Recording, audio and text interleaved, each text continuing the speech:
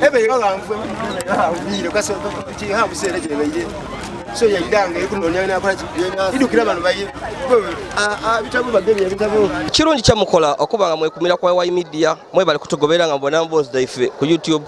nze Yolisigira Yazid sabana bayaka bakali ku subscribing to go ahead and subscribe. Don't just stop at watching, please. We request you to subscribe. Amawire gatulina ganaku amawire tigasanuka mudisi E'IGANGA ona kolwalero kuncho kuno emutoka eva kuyita abaana abasomi babiri aba secondary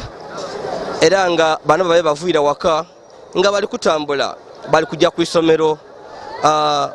mu bitundu eby'E'IGANGA. So nembeera eri wano n'amawire gemba leetaire mbeera ya kiyongobero mbeera ya maziga wabulanga nebyo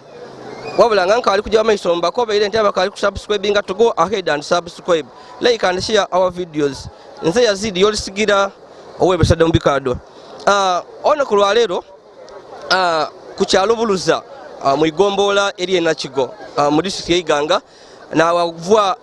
nawava okugwa akabenje kano abaana ab'obuwala babiri bavuire waka kuncho nga bali kujja kusoma. Tukitegeereko nti abamu ku baana bano bavuira ku kyalo kya Namusenwa era mu igombola neirala lino eri enakigo era nga bakayira kuncho nga abaana bonabona nga bali kujja ku isomero lya Zion. Isomero lya Zion lyagalibwa mu bitundu ebyebugabwe. It's about 7 kilometers away from home. So bano bavuire waka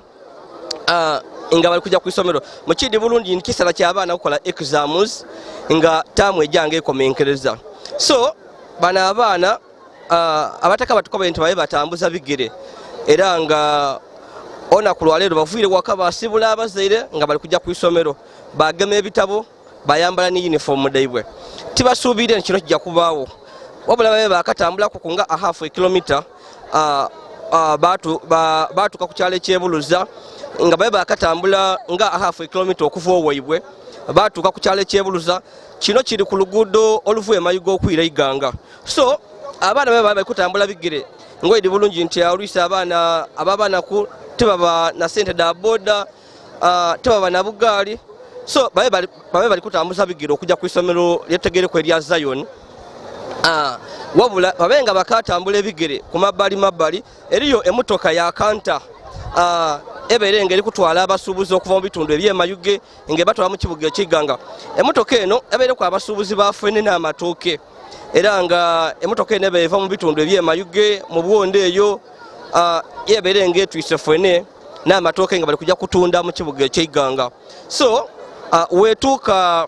ku kyalo wano Ebuluza emotoka eno ebeere ku speed ya yiri tutegeire lwaki aye twatwidda kubakubira twogere ku n'abataka babairewo ebeere ku speed ya amaani eno emotoka era nga tukitegeire ku nti olutuuse wano ku kyalo Ebuluza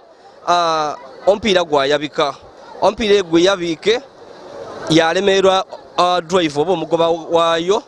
then yajja yengirira mu baana abasomi etomeire abaana abasomi oluvannyuma yagwa yeefuula emirundi egiwerako era nga tukitegeire ku nti abaana babiri bafiirirewo era nga babuwala betuliko abakobi okuba nga basomera ku isomero lya secondary erya Mountain Zion eryaganibwa ebugabwe ate nga abamu ku basuubuzi ab'amatooke n'ifene bafune boona ebisago eby'amaani era nga bano babatwaire mu iggwanika ery'eddwaliro ekkulu ery'E'IGANGA. So watutuukire wano nga poliisi naddala ya traffic okuva mu bitundu eby'E'IGANGA nga etuuse wano ku kyalo ky'Ebuluza okubona embeera era tuwaine nti abapoliisi baidye emirambo egy'abaana gino baida bagitwala wano ku scene oba ekifo akabenje kabaire baba nga bagitwala mu iggwanika ery'eddwaliro ekkulu ery'E'IGANGA. Nabo abafunye ebisago naddala abasuubuzi bona tukitegeere ku nti batwalibwa mu iddwaliro ekkulu ery'E'IGANGA babenga bafuna obwidandabi wabula nga twogere ku n'abebonere ku n'agaibwe wabula nga oluni bali kulusonkanga mu driver w'emotoka nti first of all abaye kuvuga speed ya amaani ino tibaidi lwaki abaye kuvuga speed ya amaani ate nga akamotoka kabaye katwisa ino fwena abaire mungi n'amatoka gabaire mangi. era nga bakuba nti oba oli awo speed eno netera okuba nga speed n'obuzito obeere ku motoka nga nekireeteire okuboneka nga emotoka eno eyabika omupiira ogw'emberi yagwa yeefula yajayingira mu baana. Nze mbaye muno mbanga ntendike nje okulya nga motoka nga ngejja yivumamu nga tiyabalido kingalire singa ngeri mu kaino na short time nawulira ngeblastinga njofuma wansi njofuma nomba ndagana ngebe umwana wundi omuwala ngo omuwala wundi ali mu bino bamutakooda bamutwala mu ddwaliro nga n'abasuubuzi abandi bona bali abo bamenye ekitegeere ayo nebo akamotoka yabatamu kamotoka abatwala bana abana be basomerawa basomera kuzayo bali basomera kuzayo ne kugabu ba secondary otegere kwa maina g'abaana bano ai baba wawe nani amweta ngaka chairman ni siraji kabenje kaji wa supidi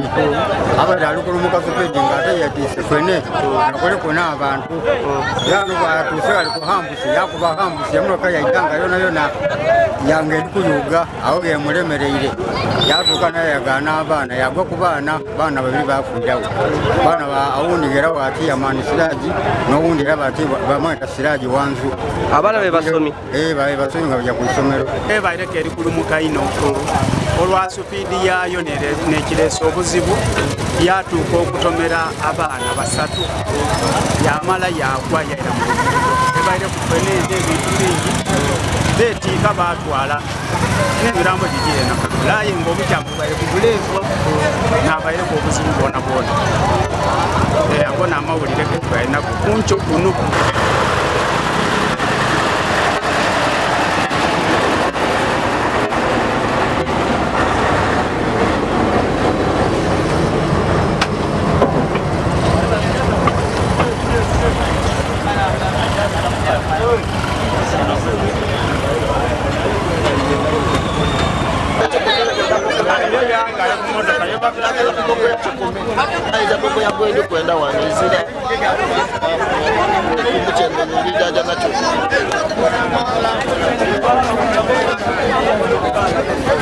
so embeera neeri wano ya kiyongobero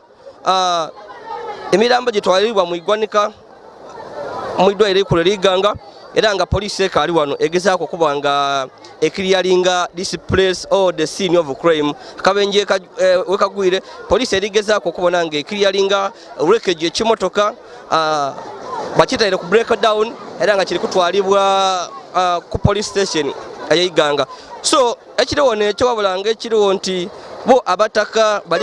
abandi bali bonaguno gubaire mu kisa gwaibwe bali kwenda kwetwaliraku ebyo oba oli awo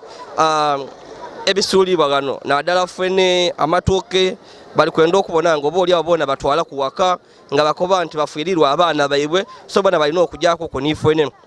nga were poliisi ebeere kugezagezaako okubalobera okutwala ebintu bino nga ekabambwe nga poliisi ekaati eri kubitwala police station nga ebizibiti oba oli awo. So eyo n'embeera eriwo wabula nga obubenje bwali bukendeiremuku naddala obubenje obwekunguudo naddala mu biseera bya lockdown twabona nga obubenje bwali bukendeiremuku aye bayigula ensi amamotoka nigatandika okutambula abantu batandika okukola emirimu gyaibwe tugira okubona nga obubenje butandise okwiramu era nga guno n'omulundi oba ogwokubiri akabenje mu mwezi nga mulamba akabeere nga katugibwamu abaana abasomi einuma awo about a month ago waliwo emotoka eyatomera abaana abasomi abali bakugezaako okusala zebra crossing mu kibuga eky'Iganga on the busy Iganga Jinja highway. There is a zebra crossing era bano abaana bali kugezaako okusala zebra crossing nga bava ku isomero lya town council or municipal council primary school wabula omuvuzi ow'emotoka ate agoberera amateeka ga zebra crossing ate wakitiibwa ku zebra crossing nga abantu bali kusala yayagaana abaana bano nga bali kungira bali kusala of course yabatomera abaana bano yabatomera of course babiri baafa. So tuli kukibala nona ku lwaleero nti era abataka bali kuba nti omuvuzi ow'emotoka oba oliawo naaviire ku ensobi nti abaye kuvuga speed yayirire ekiviire ku mupiira okwabika emotoka eno yamulemeera yabanga ejja yatomera abaana abasomi.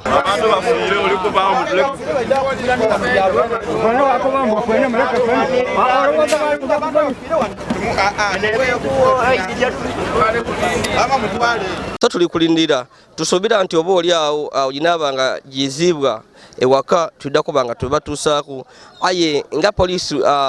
wegirenga ekyogera olunwe nga erabula abagoba b'ebidduka oba abantu abakolesa engira ogobera amateeka ag'ebyoku nguudo. Ebiseera bingi aba bamotoka nga bali kuvuga aba bakupikipiki tibeefiirayo ku mateeka ga ku nguudo, omuntu yavuga nga wayenda. So tusobera nti oba oli awo wedrive abaire ali kugoberera amateeka ag'oku nguudo n'abanga avuga speedi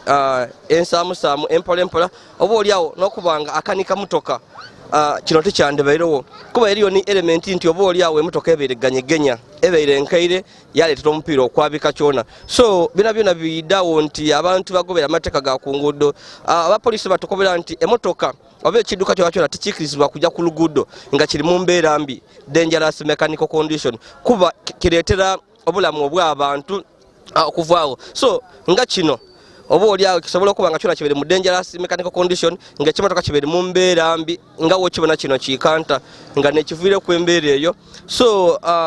tugezaako okuba abantu baife naddala abo abakolesa enguudo nti enguudo leero dibisibwamu abantu abazira musango. So mugezeeko okugoberera amateeka ag'oku nguudo,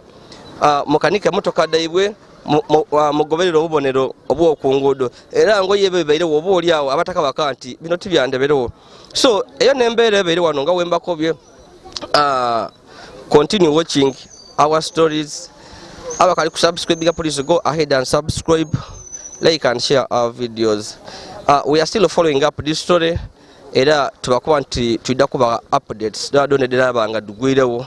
naddala kuba tukitegere nti omuntu yandyebuuza ati ye driver aliwa. Abantu ba driver babona ab'emotoka kye basooka okwega nga bali kubeegesa motoka nti wootomera olumuka,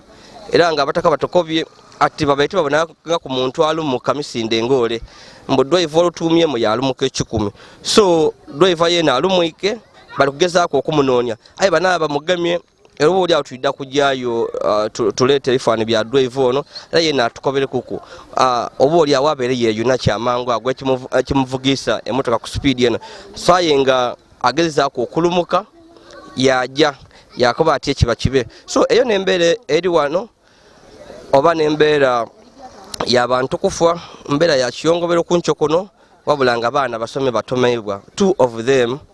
school girls, they have been knocked dead. Ndi Yazid, Yolisigira.